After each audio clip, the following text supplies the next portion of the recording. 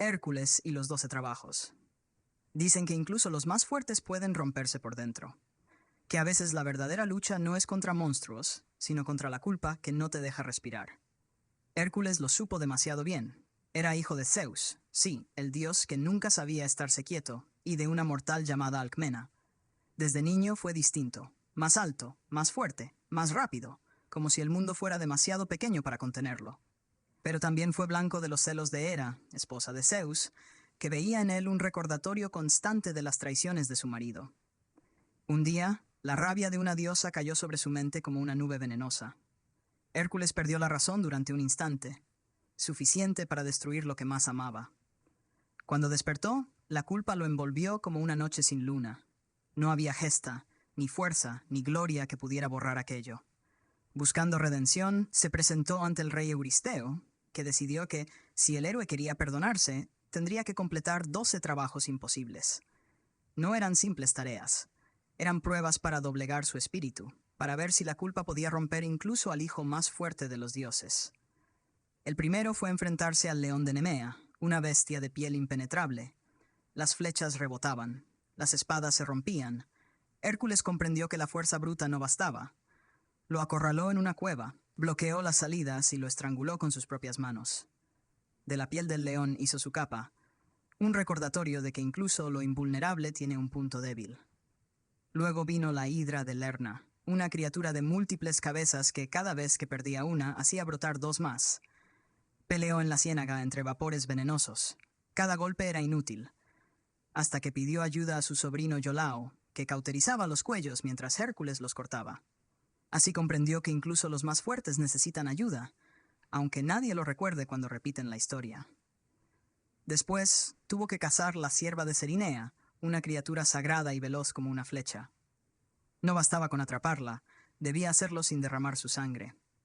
Persiguió sus huellas por montañas, valles y ríos durante un año, hasta que la tomó suavemente entre sus manos. A veces la prueba no era vencer, sino dominar la propia impaciencia. El jabalí de Erimanto fue distinto, salvaje, destructivo, capaz de arrasar campos enteros. Hércules lo persiguió hasta la montaña, lo cansó, lo empujó a la nieve espesa, y cuando la bestia ya no pudo moverse, la capturó viva. Era la imagen de la furia convertida en silencio. Luego se enfrentó a una batalla más ingrata, limpiar los establos de Augías, que llevaban años sin tocarse.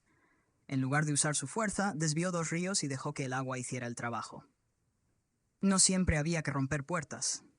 A veces bastaba con abrir compuertas. Después cazó las aves del estínfalo, criaturas de plumas de bronce que se alimentaban de carne humana. Las hizo salir del pantano con unas castañuelas de metal y las abatió en el aire. Una música siniestra en medio del pantano. Luego derrotó al toro de Creta, feroz y salvaje, y domó las yeguas de Diomedes, que se alimentaban de hombres. Solo cuando su propio amo cayó devorado, los animales quedaron por fin en calma. Una justicia irónica que no necesitó palabras. Uno de los trabajos más duros fue apoderarse del cinturón de Hipólita, reina de las Amazonas. Al principio ella se lo ofreció de buena voluntad, pero los rumores, el miedo y los engaños encendieron la guerra. Hércules luchó rodeado de gritos, humo y confusión, y comprendió que a veces el conflicto no nace del acero, sino de la desconfianza. Después viajó al lejano oeste para robar el ganado de Gerión, un gigante de 3 cuerpos. Cruzó desiertos, mares y tierras hostiles. Los animales mugían bajo el sol ardiente mientras él los guiaba. Cada paso era un recordatorio de lo lejos que debía ir para reparar su pasado. Y entonces llegaron las pruebas que parecían romper las fronteras del mundo humano. Debía robar las manzanas doradas del jardín de las Hespérides, custodiadas por un dragón eterno. Pidió ayuda a Atlas, el titán que sostenía el cielo. Por un momento Hércules cargó sobre sus hombros el peso del firmamento. Un silencio inmenso cayó sobre él. Nada crujía, nada temblaba. Solo él y el cielo. Cuando Atlas quiso dejarlo allí para siempre, Hércules lo engañó con calma y recuperó las manzanas. No solo era fuerza, era astucia. Pero quedaba el último trabajo, el más oscuro. Descender al inframundo y traer a Cerbero, el perro de 3 cabezas que guardaba la entrada. Allí no había gloria ni aplausos, solo sombras, susurros y almas que ya no pertenecían a la vida. Plutón aceptó dejarle llevar a Cerbero, si lo hacía sin armas. Hércules se enfrentó al monstruo en la penumbra, clavando las manos en sus mandíbulas hasta dominarlo. Lo trajo al mundo de los vivos y luego lo devolvió, porque incluso la muerte tiene su orden.